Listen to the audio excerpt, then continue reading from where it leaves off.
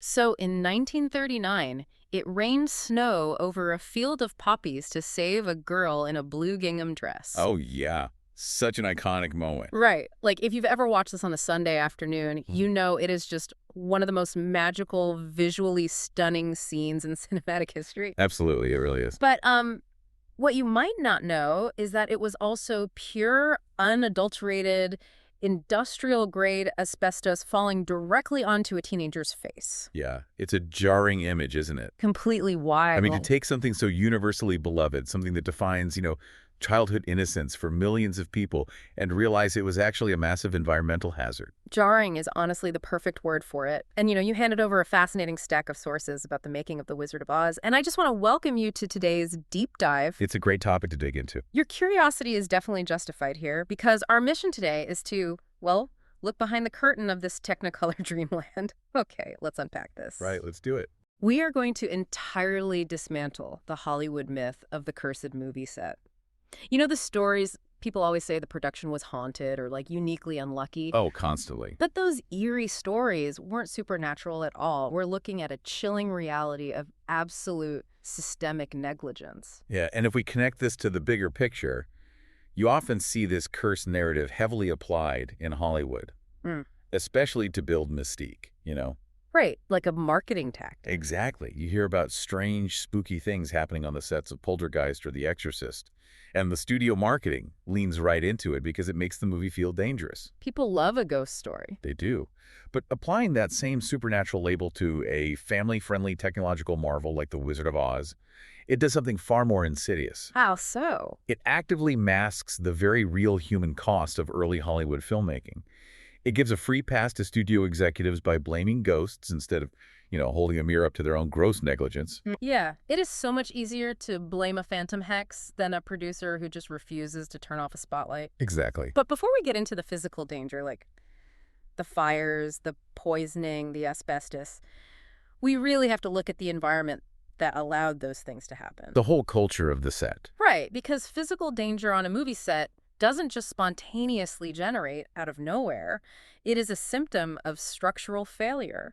And the administrative chaos on this production was a massive flashing warning sign. Oh, the sheer volume of changes required before a single frame was even locked in, it should have been an omen. Yeah. The foundation was essentially built on sand. I mean, between January and October of 1938, the studio hired at least 10 different screenwriters to work on the script. Wait, 10? 10. Which tells me there was zero unifying vision. If you have 10 different writers, you don't really have a story, you have an assembly line. Precisely. Some drafts were entirely rejected. Others were just chopped up with tiny fragments surviving into the final product. Just a mess. It's a total mess. Yeah.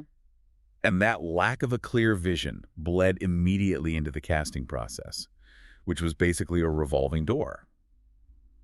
MGM didn't even want Judy Garland originally. Really? No, they desperately wanted Shirley Temple to star as Dorothy, but they couldn't negotiate a loan from her contract studio. Wow. So Garland was their backup plan, which, as we'll see, set a profoundly dark tone for how she was treated later. And the musical chairs didn't stop with Dorothy, right? The wizard himself went through a whole lineup. Oh, yeah.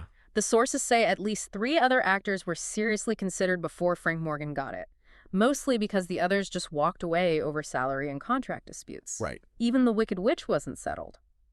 Gail Sondergaard was supposed to play the role, but the script kept drastically altering how the witch was presented. So she just left. She just walked away. Yeah. Margaret Hamilton stepping into the role was literally the result of administrative fallout. And if the script and the cast were a revolving door, the director's chair was practically spinning off its axis. Richard Thorpe was the original director, but producer Mervyn LeRoy fired him quite early on for allegedly rushing the footage. Okay, so they bring in someone else. Yeah, they bring in George Cukor. Cukor takes one look at the production, demands major reshoots, completely changes the visual design of Dorothy and the Wicked Witch, and then he just leaves. Just bails? He was pulled away to direct Gone with the Wind before any new filming under his direction even started. It's just wild to me. The studio pulls the captain off the ship right as it's leaving the harbor. So then they bring in director number 3, Victor Fleming. Right, and Fleming comes in, actually manages to shoot nearly all of the primary Oz-based scenes, and then, guess what? He also gets called away to work on Gone with the Wind. You cannot make this up. So for the final several days of filming, mostly those sepia-toned Kansas scenes, They hand the reins over to King Vidor.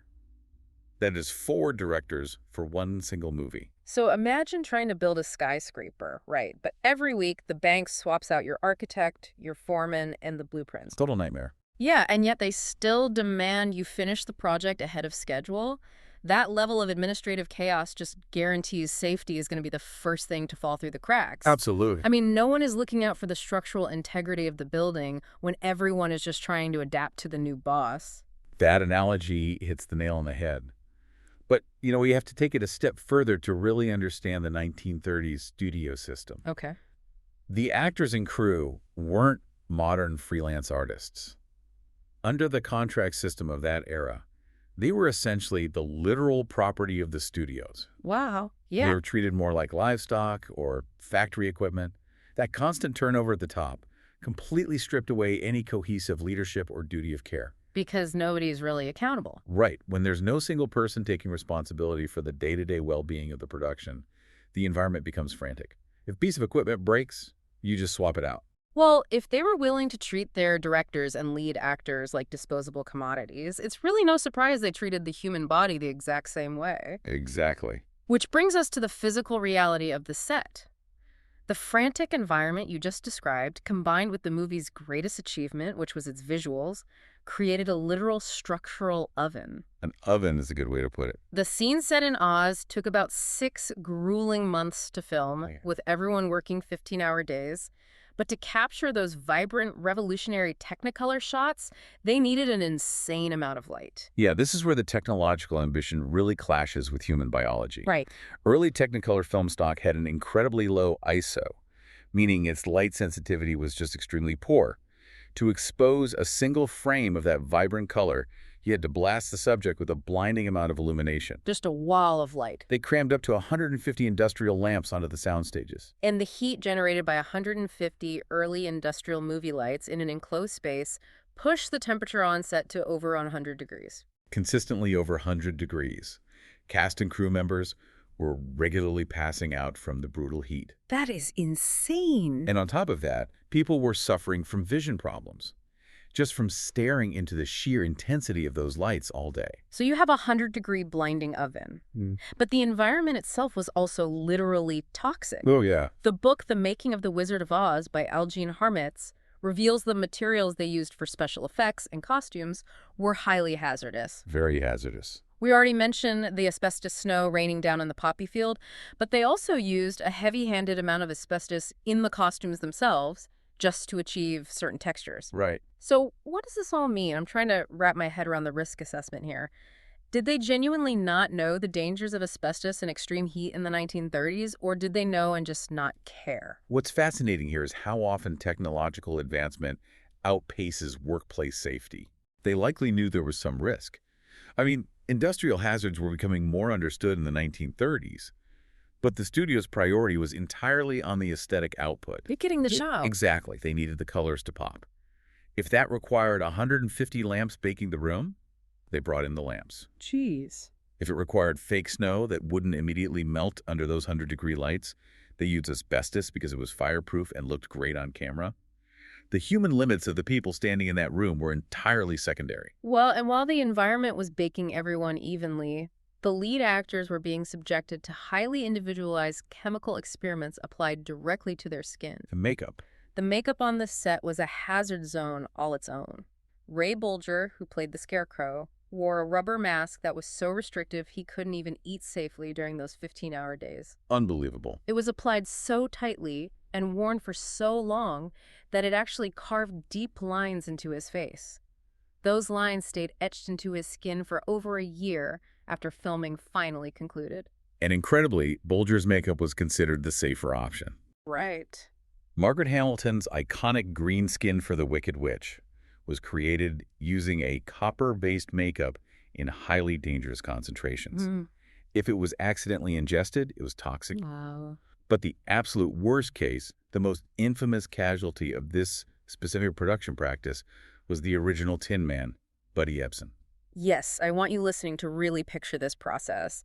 To get that reflective, metallic Tin Man look on camera in 1938, before modern synthetics existed, Ebsen's makeup consisted of a full face of clown white cream paint, Okay. which they then heavily coated with raw aluminum dust. They were just powdering raw airborne metal directly onto his face day after day. And it didn't take long for his body to just shut down. Yeah. After only 10 days of filming, Ebsen couldn't breathe. 10 days. Yeah, he had to be rushed to the hospital. The raw aluminum powder had been inhaled so deeply and so frequently that it fully coated his lungs. That is terrifying. He suffered from intense muscle cramping, excruciating pain, and he literally couldn't pull in oxygen. It was nearly fatal. And the sources include this incredibly grim quote from Ebsen himself about the ordeal. What did he say? He said, "I wondered if I was dying. No one seemed to know what was wrong or what the outcome was going to be. Tests revealed that my lungs were coated with the aluminum dust with which they'd been powdering my face." Horrifying. He was stuck in the hospital for 2 solid weeks. And after that, he had to spend another entire month recovering in a hotel just to be able to breathe normally again. The studio's response to nearly killing one of their lead actors is very telling. They don't pause production. Of course not. They don't launch a comprehensive safety review. A month-long delay was deemed financially unacceptable, so they just replace him. Just swap him out. Yep. They bring in Jack Haley to take over the role.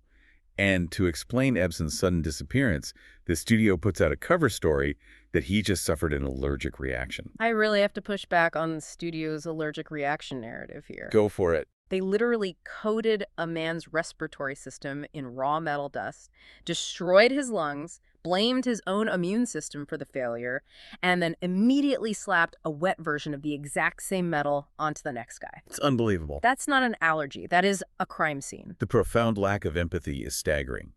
To the studio executives, Ebsen wasn't a patient. He was a broken piece of equipment. Right. So they swapped him out. Now, they did tweak the makeup for Jack Haley. Instead of powdering the raw aluminum dust directly into the air around his face, they mixed the aluminum into a paste so it wouldn't be inhaled quite as easily. But it's still raw metal. Still a toxic substance. Yeah. Haley ended up developing a severe eye infection from that metallic paste that took him off the project for several days anyway. And while the Tin Man was being poisoned slowly, breath by breath, the danger for the Wicked Witch was immediate and catastrophic. Another fire. Yeah. We talked about Margaret Hamilton's toxic copper makeup, but that wasn't even the worst thing that happened to her. In her very first appearance in Oz, the Wicked Witch is supposed to dramatically disappear in this massive cloud of fire and smoke. The mechanism for that was a classic practical effect. She was supposed to drop down through a hidden trapdoor in the stage floor, and once she was safely below, a burst of fire and smoke would be triggered above her. Great. But during one of the takes, the timing was botched. The crew triggered the fire too early before Hamilton was safely below the stage. Oh, no. And the flames completely engulfed her. She suffered second-degree burns across her face and third-degree burns on her hand. Third degree. That means the burn destroyed the entire thickness of her skin and damaged the underlying tissue. Yet again, look at the studio's reaction. It wasn't horror at what they'd done. They immediately just wanted to know when she could come back to work. What? She did return 6 weeks later while her burns were still healing. She agreed to come back and not pursue legal action, but she drew a very firm line in the sand. She absolutely refused to do any more scenes involving fire. Which is the most reasonable boundary anyone has ever set in the history of Hollywood. Right. But the studio still needed their explosive shots, so they bring in a stunt double, Betty Danko, to film the famous Surrender Dorothy skywriting scene. She's sitting on a prop broomstick that is essentially rigged to shoot smoking fireworks. This raises an important question about a studio's fundamental accountability. Exactly. They almost burned their lead actress alive with a poorly timed pyrotechnic effect. You would think that incident would trigger a massive overhaul of their special effects department. You would hope so. Instead, they implemented zero new safety protocols. When Margaret Hamilton rightly refused to put her life in danger again, the studio simply found a stunt worker, someone with less power, less visibility, and fewer protections, and subjected her to the exact same lethal negligence. It's disgusting. On the third take of that stunt, the broomstick literally explodes. Yeah. Betty Janko is severely injured, rushed to the hospital, and left with permanent scars. See, it wasn't a curse targeting the role of the witch. It was a corporation that fundamentally did not care if their actresses lived or died as long as they got the shot. Exactly. The sheer volume of bodily harm on this set is staggering. But as horrific as the fires, the metal poisoning, and the asbestos were um, the darkest part of this source material, the most devastating and long-lasting damage inflicted on this set was directed at the film's central star, Yeah. a 16-year-old girl. Judy Garland. Her experience on The Wizard of Oz is one of the great tragedies of cinema history. It really is. As we mentioned earlier, she wasn't their first choice, and the studio made sure she felt that insecurity. They heavily scrutinized this teenager's appearance to an obsessive, cruel degree. What do they do? They forced her to aggressively bind her breasts to look younger. They made her wear false teeth. They even used rubber discs inside her nose to alter its shape for the camera. They were basically trying to manufacture a specific physical doll, and it didn't stop at external prosthetics. They dictated what went into her body. Oh, absolutely. Her diet was strictly restricted by the studio. She was limited to chicken soup, black coffee, and cigarettes. Try to imagine a 16-year-old girl working 15-hour days in a 100-degree room under a heavy costume, surviving on broth and nicotine. Because no human body can sustain that kind of schedule on that diet, the body naturally wants to shut down. Right. So the studio turned to pharmacology. They actively provided her with stimulants, specifically amphetamines, to force her central nervous system to stay awake, keep her energized through the long days, and continually suppress her appetite to keep her weight down. It's abuse. But when her 15-hour shift was finally over, she was too chemically wired to sleep. So they gave her large doses of sleeping pills, barbiturates, to forcefully knock her out at night. Uppos and downers. They were completely hijacking her biology on a daily basis with an endless cycle. And the physical toll of that abuse was highly visible on set. She was exhausted, she was running on amphetamines, and as a natural side effect of severe exhaustion and upper medication, she would sometimes fall into these uncontrollable fits of giggles. Yeah. And how did the adults in the room handle this overworked, drugged teenager? During one of these giggle fits, the director, Victor Fleming, walked right up and physically slapped her across the face. It's abuse, plain and simple. And the profound tragedy is that the damage they did to her didn't stay contained to that soundstage. Yeah. It rewired her permanently. Tragically, just 30 years after The Wizard of Oz debuted, Judy Garland died. The cause of death was an overdose of the exact same type of barbiturates that the studio had intentionally addicted her to as a teenager. Here's where it gets really interesting, and I mean that in the most heartbreaking sense possible. When you watch that movie, Dorothy is the ultimate embodiment of optimism. She really is. She is heartwarming, she's pure, she is searching for a place where troubles melt like lemon drops. Yeah. The dissonance between the radiant joy she brought to millions of people on screen and the cruel, soul-crushing nightmare she was being forced to endure off-camera is incredibly hard to reconcile. The systemic abuse went even deeper than the chemical and the physical, too. It did. Yeah.